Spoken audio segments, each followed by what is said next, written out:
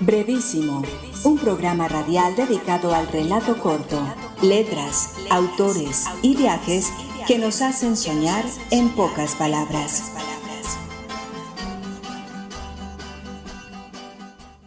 Hola, bienvenidos a una nueva emisión de Brevísimo, un programa dedicado a las formas breves de la literatura.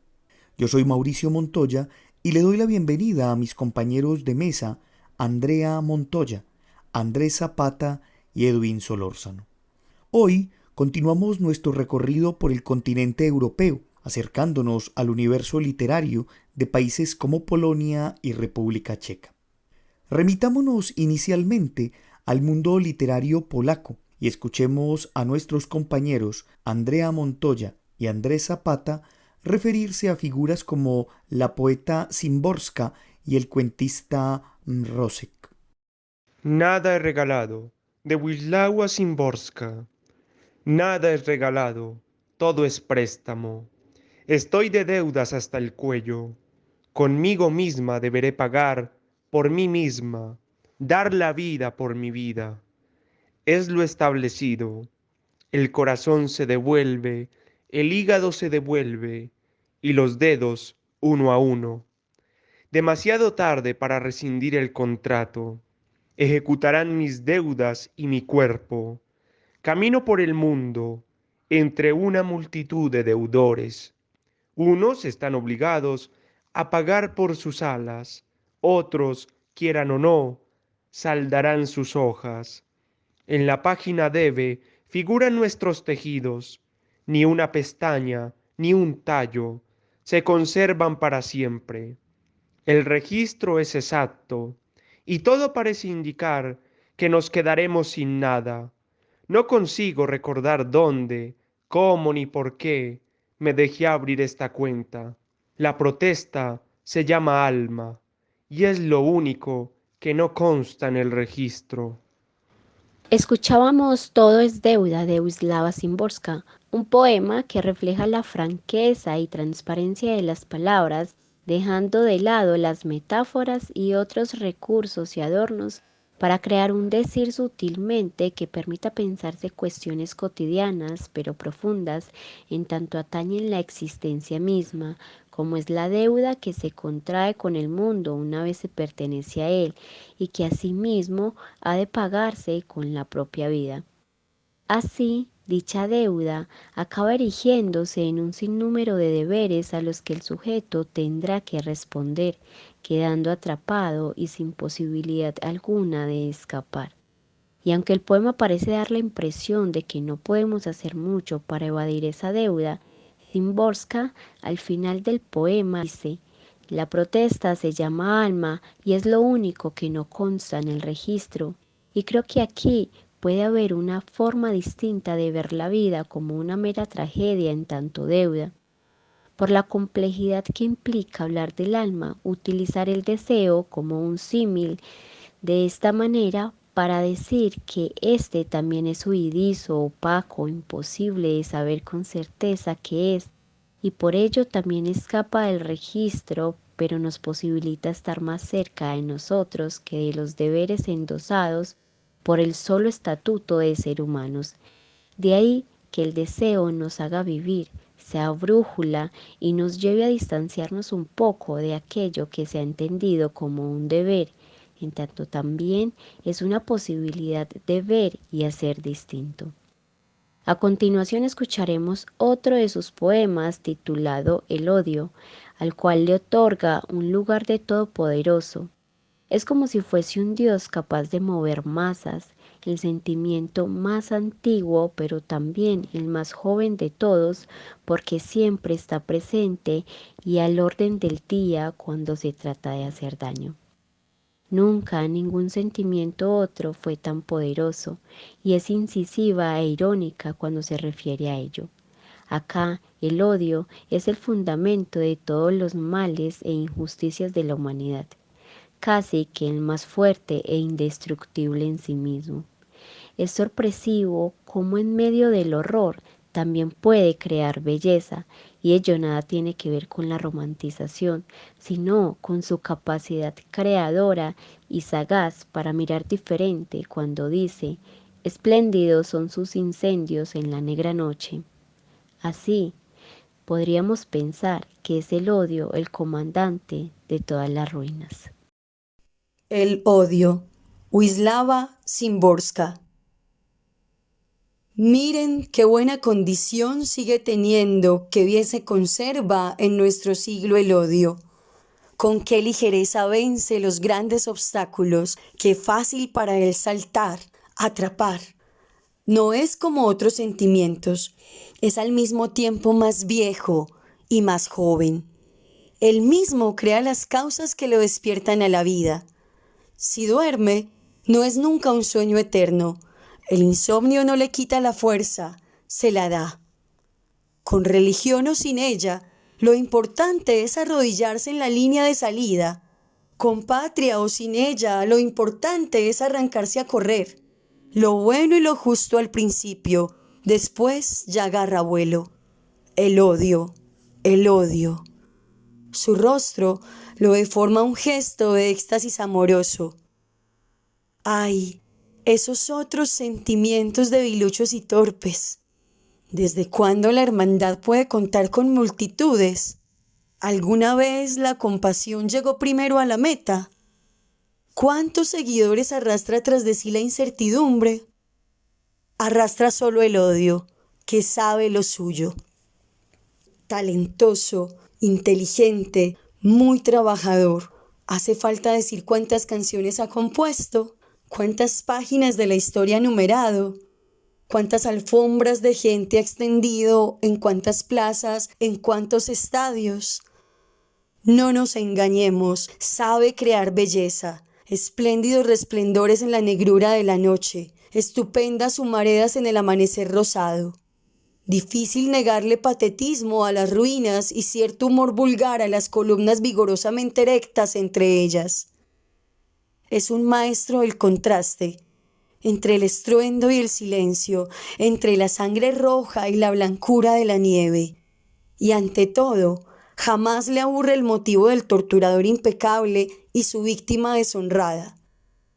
En todo momento listo para nuevas tareas. Si tiene que esperar, espera. Dicen que es ciego. ¿Ciego? Tiene el ojo certero del francotirador. Y solamente él mira hacia el futuro con confianza. Usted está escuchando Brevísimo, un programa para gente de pocas palabras.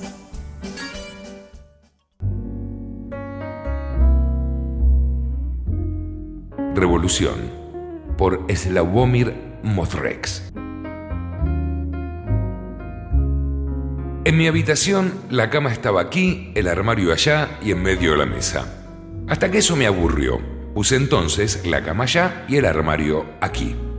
Durante un tiempo me sentí animado por la novedad, pero el aburrimiento acabó por volver. Llegué a la conclusión de que el origen del aburrimiento era la mesa, o mejor dicho, su situación central e inmutable. Trasladé la mesa allá y la cama en medio. El resultado fue inconformista. La novedad volvió a animarme y mientras duró me conformé con la incomodidad inconformista que había causado, pues sucedió que no podía dormir con la cara vuelta a la pared, lo que siempre había sido mi posición preferida. Pero al cabo de cierto tiempo, la novedad dejó de ser tal y no quedó más que la incomodidad. Así que puse la cama aquí y el armario en el medio. Esta vez el cambio fue radical, ya que un armario en medio de una habitación es más que inconformista, es vanguardista. Para ser breve, el armario en medio también dejó de parecerme algo nuevo y extraordinario. Era necesario llevar a cabo una ruptura, tomar una decisión terminante. Si dentro de unos límites determinados no es posible ningún cambio verdadero, entonces hay que traspasar dichos límites. Cuando el inconformismo no es suficiente, cuando la vanguardia es ineficaz, hay que hacer una revolución. Decidí dormir en el armario. Cualquiera que haya intentado dormir en un armario, de pie, sabrá que semejante incomodidad no permite dormir en absoluto, por no hablar de la hinchazón de pies y de los dolores de columna. Sí, esa era la decisión correcta. Un éxito, una victoria total, ya que esta vez, cierto tiempo, también se mostró impotente. Al cabo de cierto tiempo, pues, no solo no llegué a acostumbrarme al cambio, es decir, el cambio seguía siendo un cambio, sino que, al contrario, cada vez era más consciente de ese cambio, pues el dolor aumentaba a medida que pasaba el tiempo. De modo que todo habría sido perfectamente a no ser por mi capacidad de resistencia física, que resultó tener sus límites. Una noche no aguanté más. Salí del armario y me metí en la cama. Dormí 3 días y 3 noches de un tirón. Después puse el armario junto a la pared y la mesa en el medio, porque el armario en el medio me molestaba. Ahora la cama está de nuevo aquí, el armario allá y la mesa en el medio. Y cuando me consume el aburrimiento, recuerdo los tiempos en que fui revolucionario. Escuchábamos el relato Revolución de Sławomir Mrózek, donde se puede intuir una crítica a las revoluciones, ya que el personaje intenta cambiar su habitación de todas las formas posibles, pero al final vuelve a lo mismo, lo que se puede comparar con algunos alzamientos sociales que terminan en totalitarismos como los que quisieron abolir. Sławomir Mrózek realizó estudios de arquitectura y pintura y más tarde de filosofía oriental en la Universidad de Cracovia, dejando todos ellos inconclusos. Comenzó publicando dibujos satíricos en diversos periódicos polacos. Publicó su primera obra en 1958 y después adquirió fama internacional con la publicación de relatos cortos.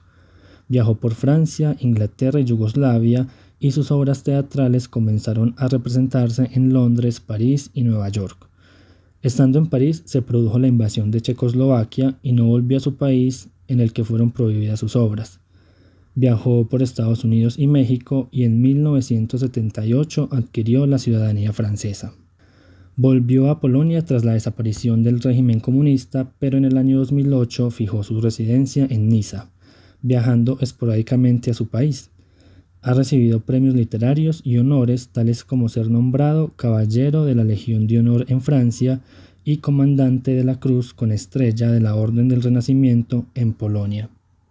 Es autor de relatos cortos, precisos, originales y con gran sentido del humor, y de obras teatrales dentro del tipo del teatro del absurdo.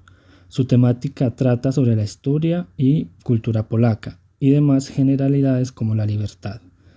Sus obras teatrales pertenecen al género de la ficción absurda, con referencias al absurdo de la vida corriente en Polonia. Su talento fue descubierto cuando escribió el show Joy in Esten para el teatro estudiantil Bim Bom. Mrózek adquirió fama internacional con las colecciones de sus primeros cuentos. El elefante en 1957 se transformó en superventas.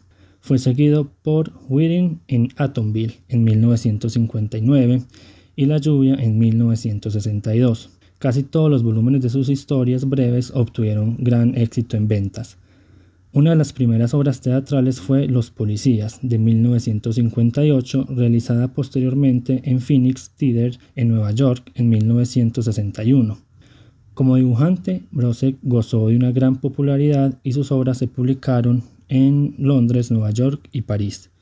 A continuación oiremos el mini relato El funeral, donde Mrózek nos plantea una situación desde el absurdo y la sátira, aspectos claves en su obra. El funeral. Sławomir Mrózek. Durante un paseo me uní a un cortejo fúnebre.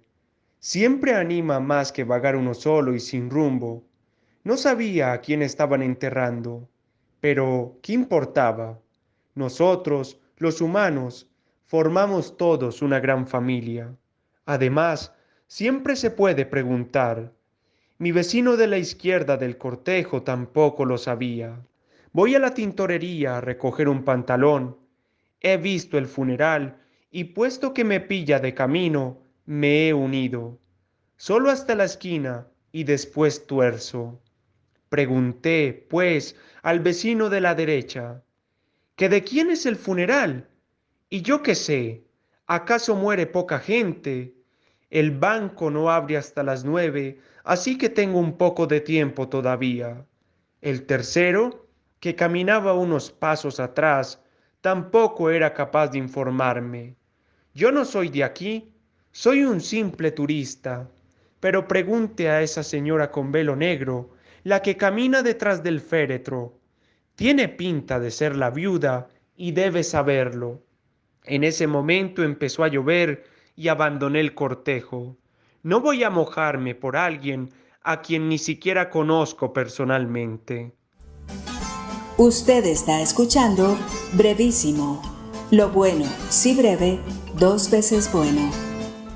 Transitemos ahora hacia la República Checa, no sin antes aclarar que los autores de los que hablaremos nacieron en estas tierras cuando éstas eran todavía parte del Imperio Austrohúngaro y fueron testigos de la unificación que tras la Primera Guerra Mundial los llevó a convertirse en un país llamado Checoslovaquia, compuesto por checos, eslovacos y rutenos. Pero hablemos de nuestro primer autor, Karel Čapek, nacido en 1890 y cuya literatura ha sido considerada por los críticos dentro del género de la anticipación, con una marcada tendencia utópica. Pero es de un libro en especial que me interesa hablar, un texto escrito entre 1920 y 1938, titulado Apócrifos, palabra que etimológicamente procede del griego y que podría traducirse como lo oculto o lo no contado, pues es desde esa perspectiva que Čapek nos muestra una visión desmitificadora del pasado y sus protagonistas, proponiendo lecturas e interpretaciones nuevas y cargadas de ironía, obviamente no aceptadas por el canon histórico. Escuchemos la versión de la muerte de Arquímedes, la cual difiere sustancialmente de aquella historia que encontramos en muchos relatos y que ha sido resumida como un asesinato perpetrado por un soldado romano como venganza debido a las naves y armas de defensa que el filósofo y matemático griego habría construido para defender a Siracusa, su tierra natal. Un ejercicio interesante y que los invito a realizar es el de comparar esta versión de Čapek con la escrita por Isaac Asimov en su texto Momentos Estelares de la Ciencia.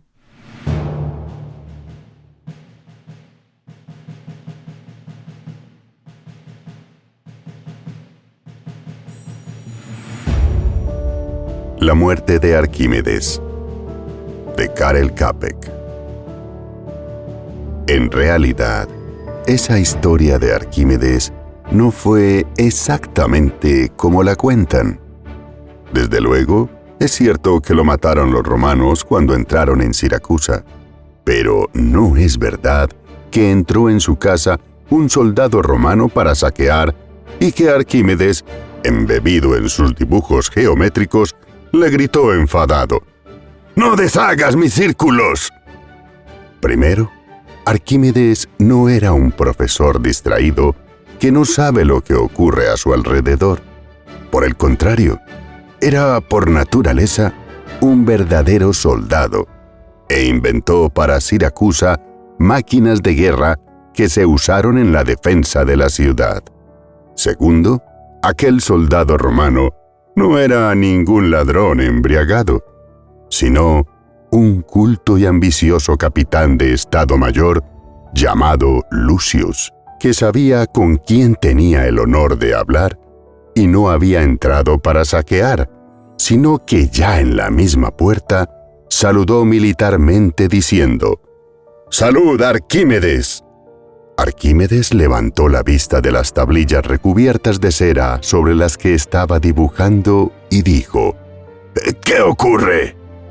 «Arquímedes», explicó Lucius, «sabemos muy bien que sin tus máquinas de guerra, Siracusa no hubiera resistido ni siquiera un mes. Así hemos tenido que hacer durante 2 años. No creas, nosotros los soldados sabemos apreciar eso. Magníficas máquinas. Te felicito». Arquímedes hizo un gesto con la mano. «Por favor, si no son nada de particular, máquinas ordinarias para lanzar, una especie de juguete. Científicamente, no tienen ninguna importancia. Pero militarmente sí, dijo Lucius. Oye, Arquímedes, he venido a decirte que trabajes con nosotros. ¿Con quién? Con nosotros, los romanos. Debes saber que Cartago está en decadencia. ¿Para qué ayudarles todavía? Ahora vamos a acabar con Cartago en un 2x3. Ya verás.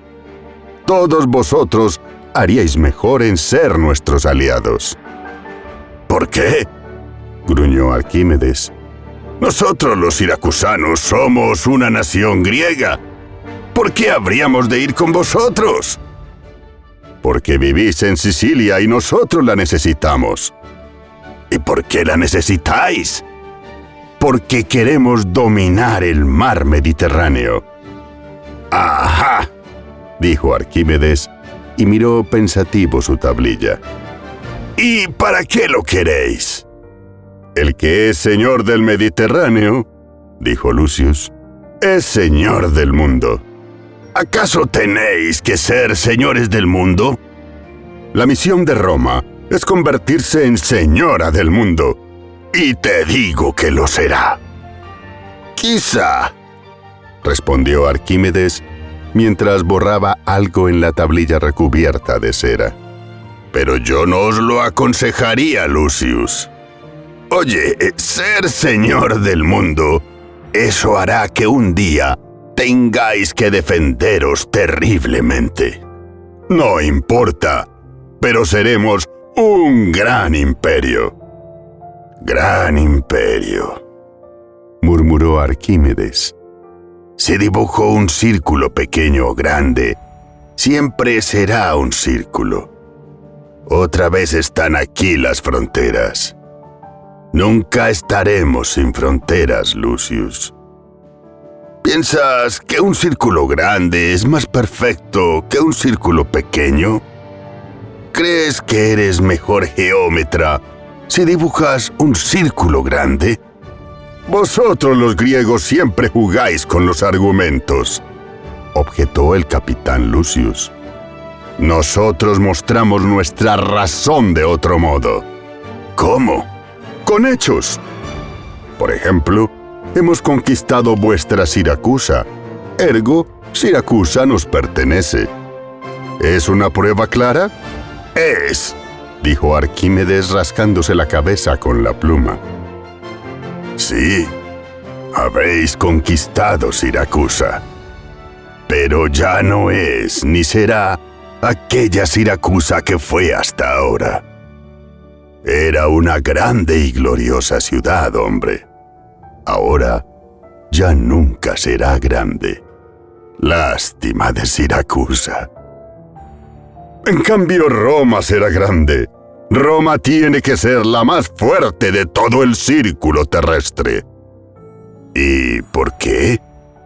Para poder sostener. Cuanto más fuertes somos, más enemigos tenemos.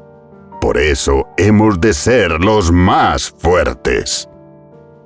En lo que respecta a la fuerza, murmuró Arquímedes, yo soy un poco físico, Lucius. Y te diré una cosa, la fuerza se ata. ¿Qué quieres decir con eso? Es una ley, Lucius. La fuerza que produce efecto, con ello se ata. Cuanto más poderosos seáis, más necesitaréis de vuestra fuerza. Y un día llegará el momento. ¿Qué ibas a decir? Nada. Yo no soy profeta, hombre, sino solamente físico. La fuerza se ata. No sé nada más. Oye, Arquímedes, ¿no querrías trabajar con nosotros? No tienes idea de las grandes posibilidades que se presentarían en Roma. Construirías las mayores máquinas de guerra del mundo. Has de perdonarme, Lucius.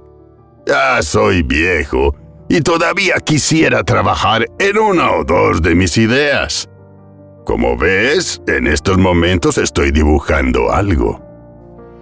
Arquímedes, repitió Lucius, ¿no te atrae el conquistar con nosotros el gobierno de todo el mundo? ¿Por qué callas? Perdona, murmuró Arquímedes inclinado sobre su tablilla. ¿Qué has dicho? ¿Que un hombre como tú podría conquistar el poder mundial? El poder mundial, dijo Arquímedes abstraído. No debes enfadarte, Lucius. Pero yo tengo aquí algo más importante que hacer, ¿sabes? Algo de más duración. Algo que verdaderamente perdurará. ¿Qué es? ¡Cuidado! ¡No deshagas mis círculos! Esa es la manera de calcular la superficie de un segmento de círculo. Más tarde, fue dada la noticia de que el sabio Arquímedes perdió la vida por casualidad.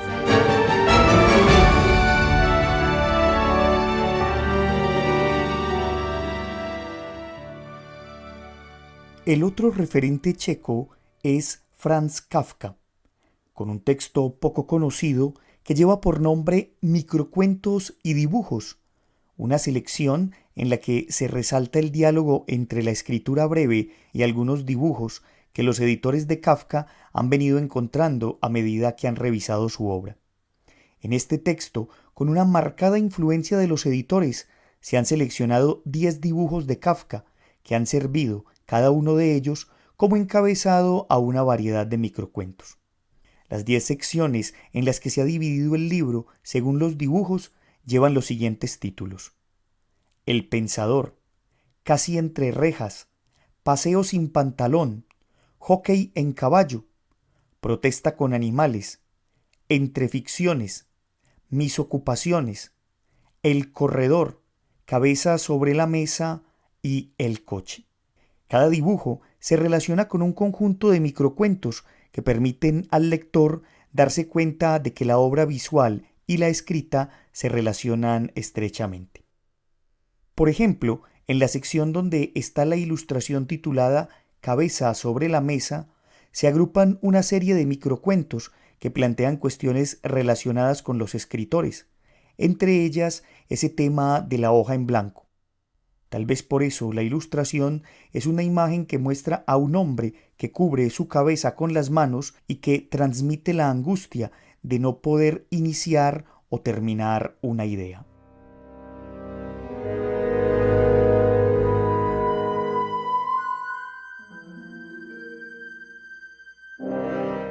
El escribir se me niega, de Franz Kafka.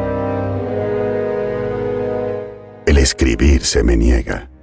Por eso, plan para investigaciones autobiográficas. No biografía, sino investigación y hallazgo de componentes tan pequeños como sean posibles. De ellos quiero construirme, así como uno que vive en una casa insegura y quiere construirse al lado una casa segura, en lo posible a partir del material de la casa vieja. Grave es en todo caso cuando a mitad de la obra le flaquean las fuerzas y en lugar de una casa bien insegura pero completa, termina con una casa medio destruida y otra medio lista, es decir, nada. Lo que sigue es la demencia, o sea, algo así como una danza cosaca entre las dos casas, durante la cual el cosaco escarba y abre la tierra con los tacones de las botas hasta que cava su propia tumba.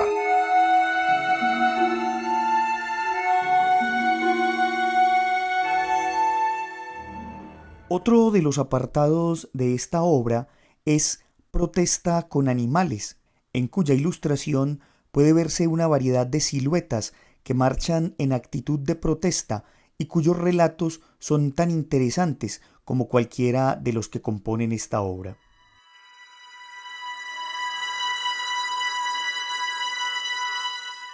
Los leopardos, de Franz Kafka. Los leopardos irrumpen en el templo y a sorbos desocupan los cántaros de las ofrendas. Esto se repite una y otra vez, hasta que se puede predecir y se vuelve parte de la ceremonia. Con esto entonces terminamos nuestro programa del día de hoy. Agradezco a quienes me acompañaron en la mesa. Un agradecimiento especial a Norbey Echeverry y a Carolina Marín, quienes nos prestaron sus voces para leer algunos de los textos que se escucharon en esta emisión. Agradezco a Edwin Solórzano, quien desde su estudio de voces Alas, Volamos tu imaginación, nos aportó con una serie de audios ambientados. Pueden escuchar los trabajos de Edwin en su canal de YouTube Lecturas Amenas. Agradecemos también a la Universidad Nacional por este espacio que nos brinda, a Jorge Benjumea en el máster, y a ustedes los esperamos para una nueva emisión de Brevísimo. Hasta pronto. Brevísimo, un programa radial dedicado al relato corto, letras, autores y viajes que nos hacen soñar en pocas palabras.